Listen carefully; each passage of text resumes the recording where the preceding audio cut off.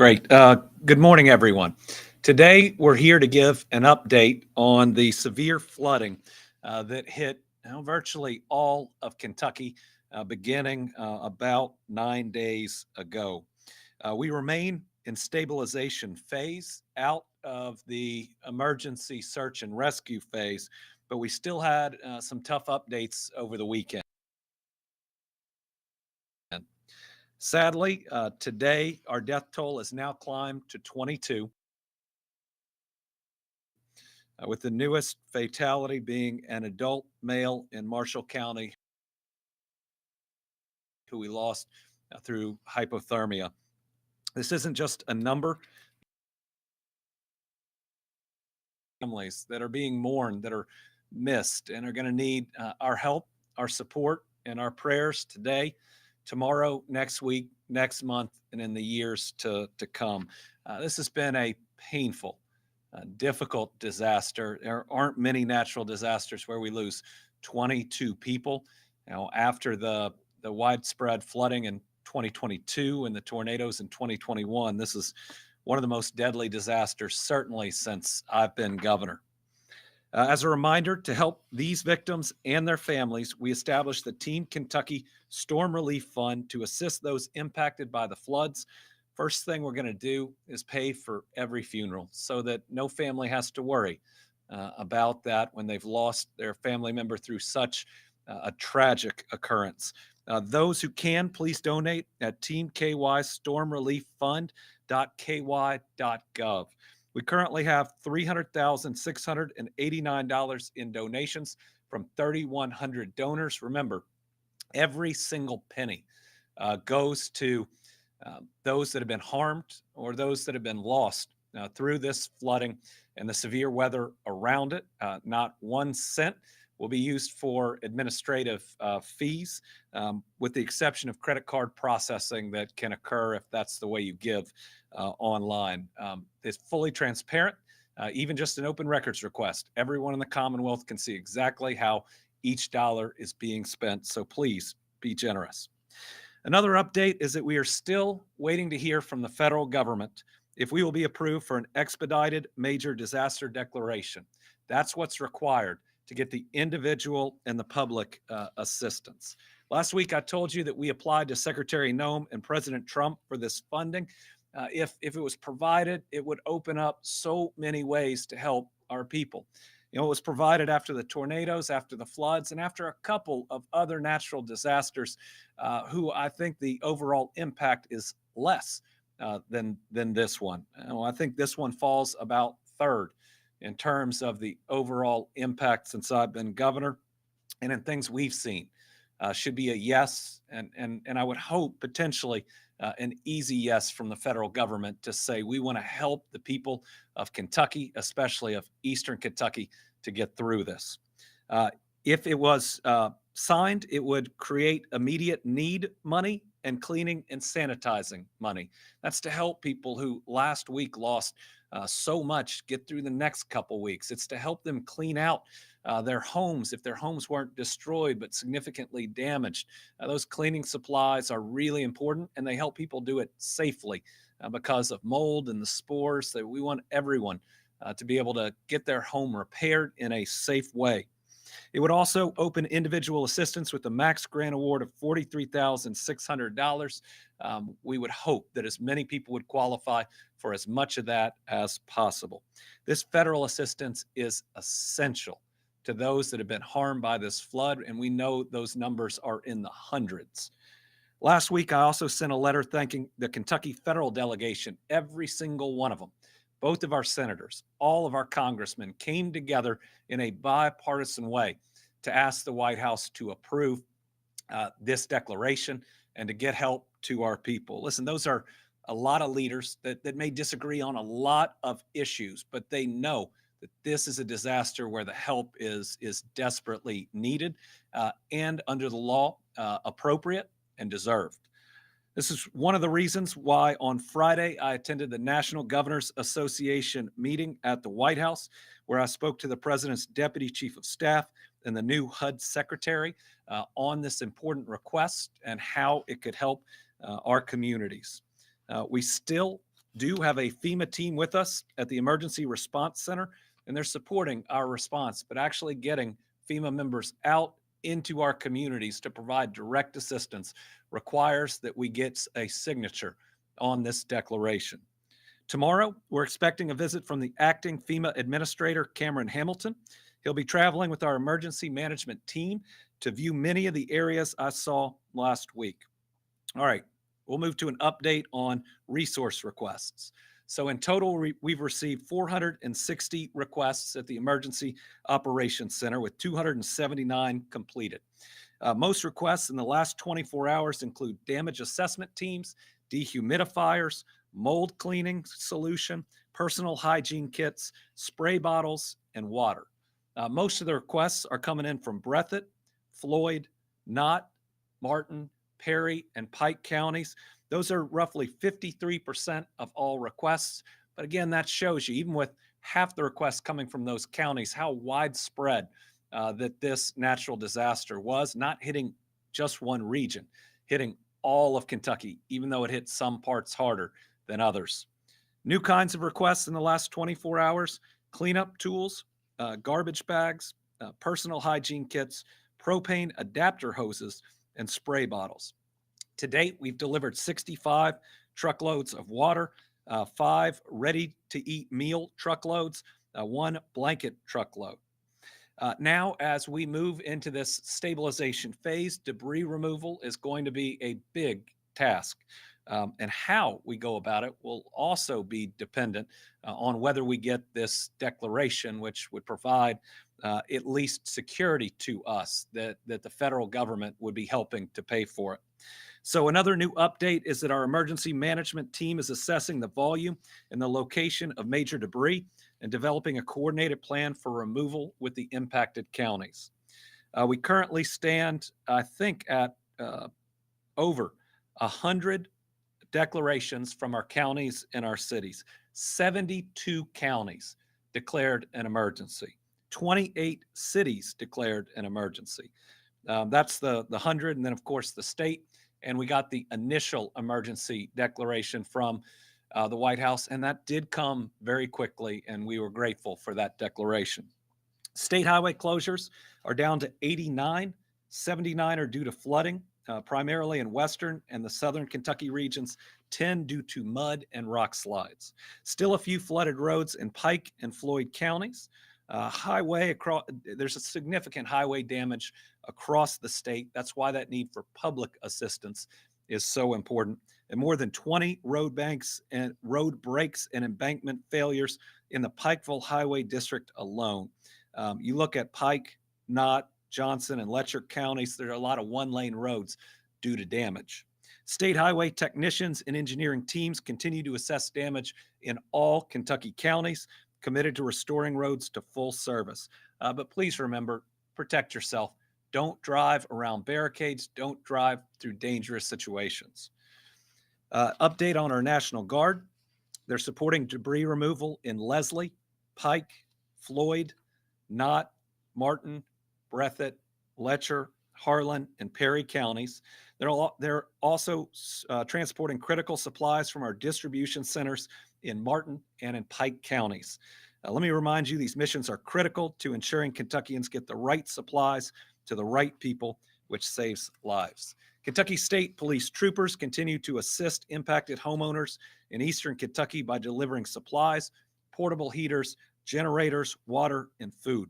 They're also providing extra night patrols in the areas impacted by flooding for any security concerns, and there's always worry over looting. We want to make sure that people who have been harmed don't go through even more harm. Post 9 in Pikeville has provided a telecommunicator to the local Emergency Operations Center to assist first responders. We're grateful for that assistance on the ground. We also have an update from Fish and Wildlife as game wardens have continued to work to deliver the much needed food, water, and supplies to Kentuckians impacted by the floods. Wardens have utilized boats and off-road vehicles to deliver many supplies in the Feds Creek and other areas of Pike County. In Leslie County, they're transporting utility company workers to an area inaccessible to vehicles so that they can reconnect services such as power, telephone, and the internet. In the Confluence area, wardens took a generator by boat to a substation for the telephone company to get the station back in operation. They've also been taking emergency management personnel out by boat to do damage assessments in the Confluence and the Dry Hill areas. So, as you can see, a whole lot of different state and local agencies working together, facing the challenges together. This is how Kentucky bands together.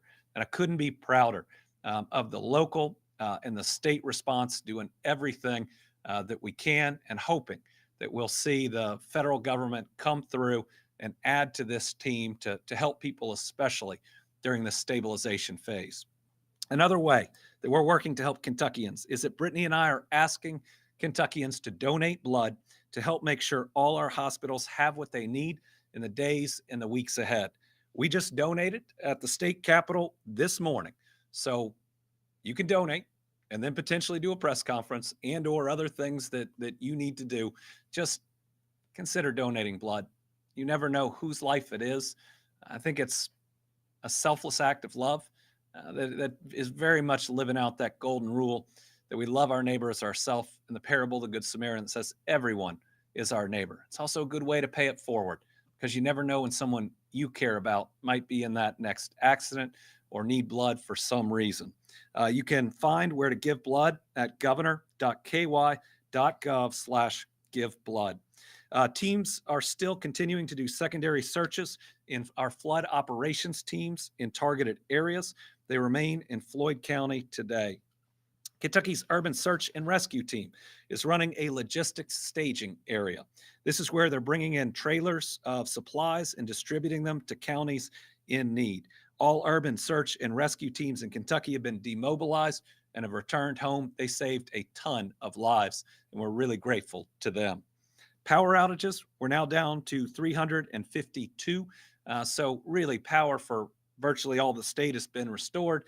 You'll see that number tick up and down as the last groups are brought online. Drinking water, 0 systems not operational, 16 under limited operations, 42,327 service locations under a boiled water advisory, and only 2,327 connections are without water.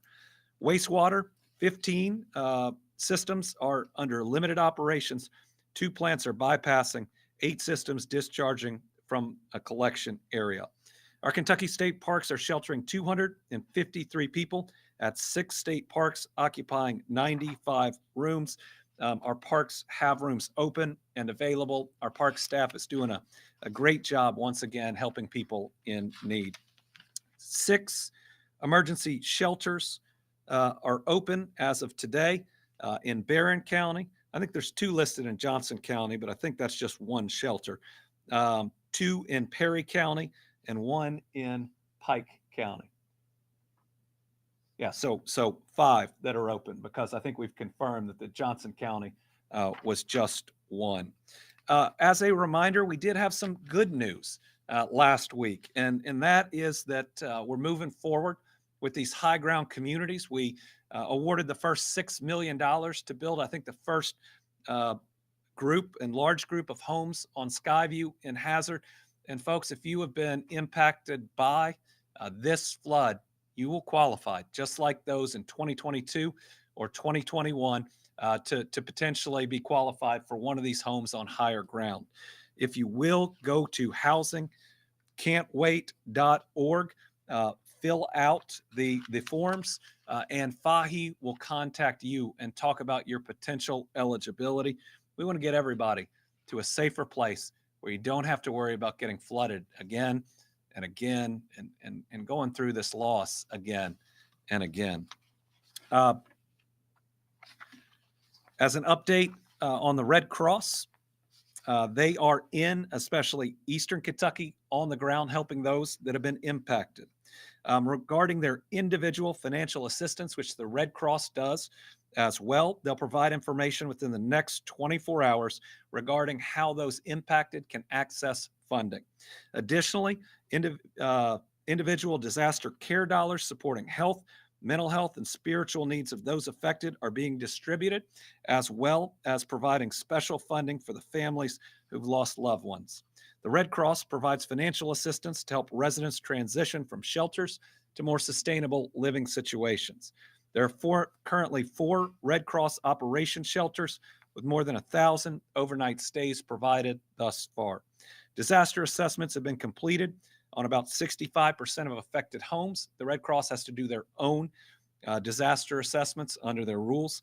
749 homes have been assessed as having damages, with 25 being classified as major or destroyed. And this, again, is just the Red Cross's numbers. They are also assisting those who've not experienced damage but are unable to get to their homes.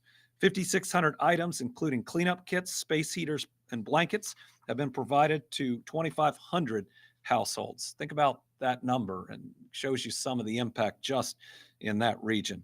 Recovery in Kentucky will take time. The Red Cross has promised to be there every step of the way. To support their operations, you can go to redcross.org, call 1-800-RED-CROSS, or text the word Red Cross to 90999. That makes a $10 donation. As I wrap up and turn it over to Director Gibson, this has been a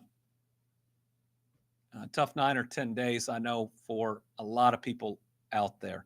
And we are hoping that the federal government comes through for us. But I promise you, at the state level and at the local level, we will work as hard as we can to help everybody get back up on their feet. We care about you. And for many people, you've been through too much and you've been through it over and over and over. So you have my promise. I'll do everything I can to help now, tomorrow, next week, and next year, knowing that you deserve better than getting hit by yet another flood. And we'll do everything we can to rebuild just as quickly as we can. Director Gibson.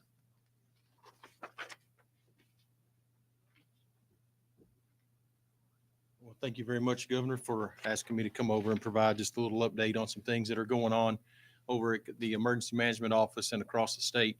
The governor's done an excellent job in summarizing the status of the state and how things are going throughout this entire process. So I just want to kind of touch base on a few things. We've had so many of our local officials that are just, calling continuously and petitioning on behalf of their citizens that they work for in their communities. And we're trying to work with every one of them to meet their needs. And I just wanted to say that Kentucky has come together to kind of meet the need of this disaster. This is a widespread event. I took Friday to take just a few minutes to run over to the Pike County area just to see some of our hardest impacted areas. And it's truly what we were hearing. And it's kind of good to get that confirmation because we're doing the work in here and we want to know what are we missing? What are we seeing? How can we help more? And as we continue to see that event is unfolding and these damage assessments are coming in, our numbers are just continuing to rise as we see the number of households, businesses, and communities and all the infrastructure that goes along with that are more impacted than we may have even first thought. And we knew this was a big disaster from the very beginning, but as you can go over there and put your feet on the ground and talk to those local officials and meet those people in those communities, it matches up very much with the story we were telling and the story that you as the media were telling about this event as you all were over there and seeing that. Met with many of those officials that day and just heard them plea for assistance with this debris that's starting to mound up in the streets that needs to be addressed quickly. And looking at the roads that are, out of repair, they need to get them safe for travel. There's work that needs to begin on those things. And so if there is anything to report, it is the ground truth of what actually we were talking about here, what the Weather Service was telling us that we were seeing, and the stories that kind of went through the media about what was going on. This is a widespread event. It affects many, many counties. As the governor said, 72 counties declared a state of emergency. And we continue to see that these deaths are scattered across the state. So this widespread flooding event affected Eastern Kentucky in one way, and also the Western Kentucky and Southern counties as well. The flooding that went on throughout those counties has caused significant damage, and it's going to take a significant time to repair. And we know that work is just now beginning. As we end our response and that phase, we move into this recovery phase, which is this rebuilding, the cleaning up, the making people whole or be able to go home again, and giving those opportunities for them. And the partners like the Red Cross that the governor mentioned, they're there. I was over there. I saw them in the communities, walking down the streets, handing out necessary supplies, running the shelter that's going on in Pike County. They were there for that event as well. So we know that there are many, many local volunteers that have come to the aid of their communities over there. And then we have people coming in from other areas that are coming to assist. So, the part of this report that I've been able to give every day that the governor's asked me to be a part of it is in support of what he's saying, just those fine details about things that we're doing at emergency management to kind of add on to what he says is how this devastation has impacted. And he reported on the amount of water and food that we've delivered. And we're seeing those are needed supplies. Our citizens over there are out of drinking water. And without that relief, they would not have that clean option to have, bottled water to meet their needs right now. So we're trying to find those gaps, to fill those gaps in emergency management and to help your communities recover. What I would say is your local officials throughout the rescue squads and the fire departments in the initial response, but now your road crews, your judge executives, your mayors are all in contact along with our legislative body. They're all concerned about their communities and they're doing everything in their power to reach out to us to make sure that they're getting the help they need, but then they're doing their own things about finding ways to help individually. So as we go through this, we're already wanting to talk a little bit about our debris task force that we're trying to get underway to understand just how much debris there is across those communities. And that becomes a very quick issue because of spoiled food and meat, the things that are out on the side of the road, along with all the wet building materials and things that have been pulled out to the curb. So we've got to get on the debris management very quickly. And as we kind of begin this, we're doing our assessments now. The Corps of Engineers is already out doing that, along with some staff from KYM that we've got out there doing this debris assessment. We're hearing from those communities and we're knowing that that is coming to the top of the page. Okay, now we're past this survival mode. Let's start this rebuilding and recovery mode. So debris and roads and housing for our citizens are really the top of the page. We have a lot of people that are, in shelter, and they're going to need a solution for that congregate shelter to get some normalcy back in their life. So emergency management stands ready to help. We're here. We're operational just like we always were. The under needs assessment portal is open and we're still taking those calls. So if you need anything from KYEM, please direct your calls to that other needs assessment line and we'll do our very best to assist you in where you are. Thank you very much, Governor. All right, I think we have 6 journalists with us today. We'll start with Walker from WTVQ. Yeah, you mentioned that expedited funding, and you talked about how you had it in the past compared to previous years. Have you seen it slowing at this rate? Of the last of the 2 biggest disasters that we had, the 2021 tornadoes and the 2022 flooding, we did see that declaration signed sooner than we have here. But we also, it required a couple days for us to submit the paperwork because again, it's so wide. In those other 2, you could fly over one region and you could see that we were going to qualify for it.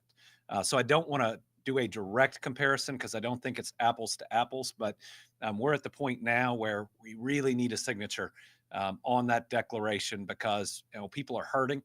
It's been 9-10 days or 8 or 9 days, and they really need the help with that cleaning supplies, immediate needs, and then knowing that there's going to be some extra help behind. So the clock's really ticking right now.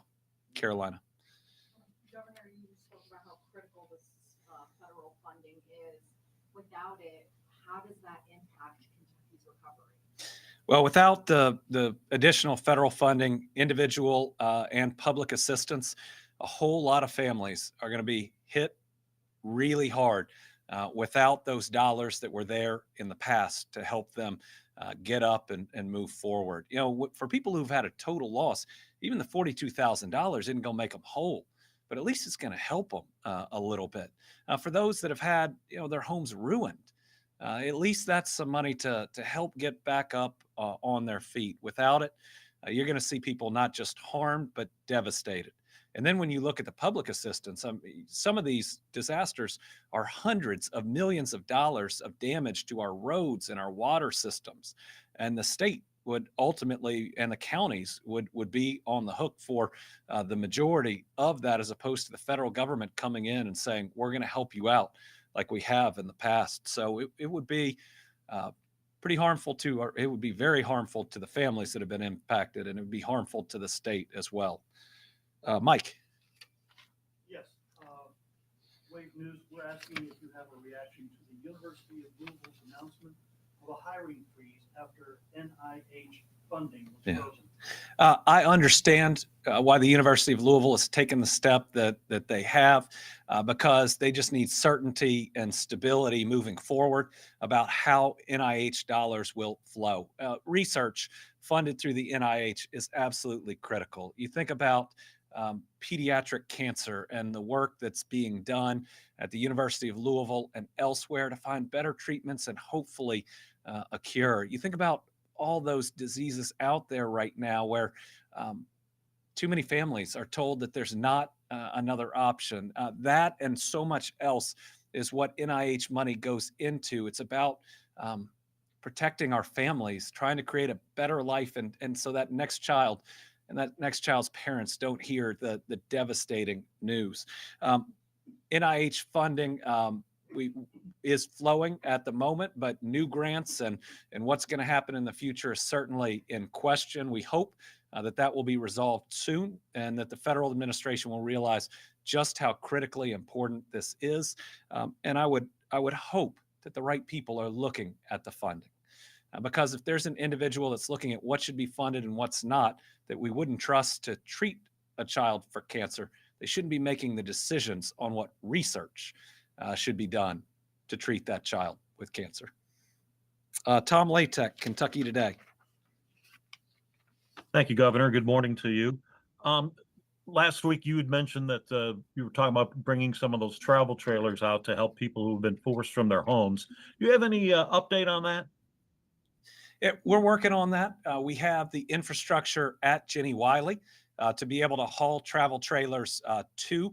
We have some in the state that I believe we're going to use for that. Pike County also has a number of travel trailers that they requested after we finished most of our 2022 mission. So all of us working together.